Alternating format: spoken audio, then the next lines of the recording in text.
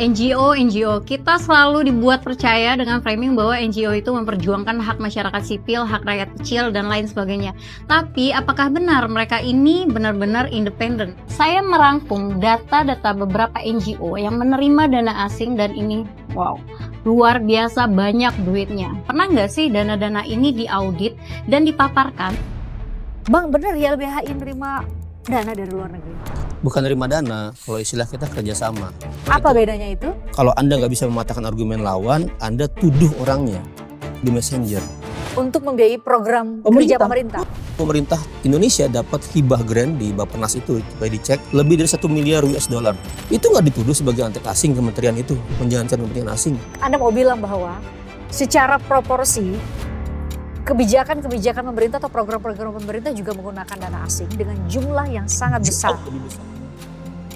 90% buat pemerintah, 10%-nya dialirkan buat lembaga masyarakat sipil. Pendana itu apakah bisa mengintervensi hasil kajian, advokasi, pendapat terhadap atau pandangan terhadap kebijakan pemerintah, sehingga itu bisa disebut sebagai intervensi dari pendonor. Mereka bukan bos, jadi kalau mau logikanya lurus, pemerintah stop semua bantuan dari luar negeri. Kami tiap tahun juga bayar pajak. Bilang kalau ada yang nggak sesuai diaudit oleh Dirjen Pajak. Justru kita pertanyaan sekarang adalah bagaimana akuntabilitas pemerintah. Ada yang menggunakan LSM-LSM di Indonesia untuk menjadi propaganda, menanamkan kebencian kepada pemerintah. Sesungguhnya itulah watak otoritarian, watak anti demokrasi, watak anti kritik.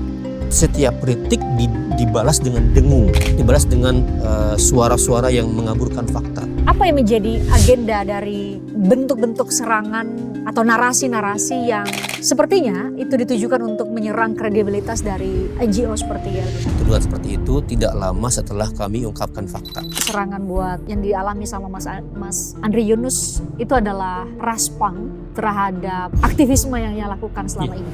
Orang yang nggak mau mendengar kebenaran, orang yang nggak mau diungkap kesalahannya. Artinya apa? Mereka ingin lestari kejahatannya, korupsinya. Jadi kalau dengan kondisi demikian Bang Isnur, dari skala 1 sampai 10 demokrasi di Indonesia berada di angka berapa menurut Anda?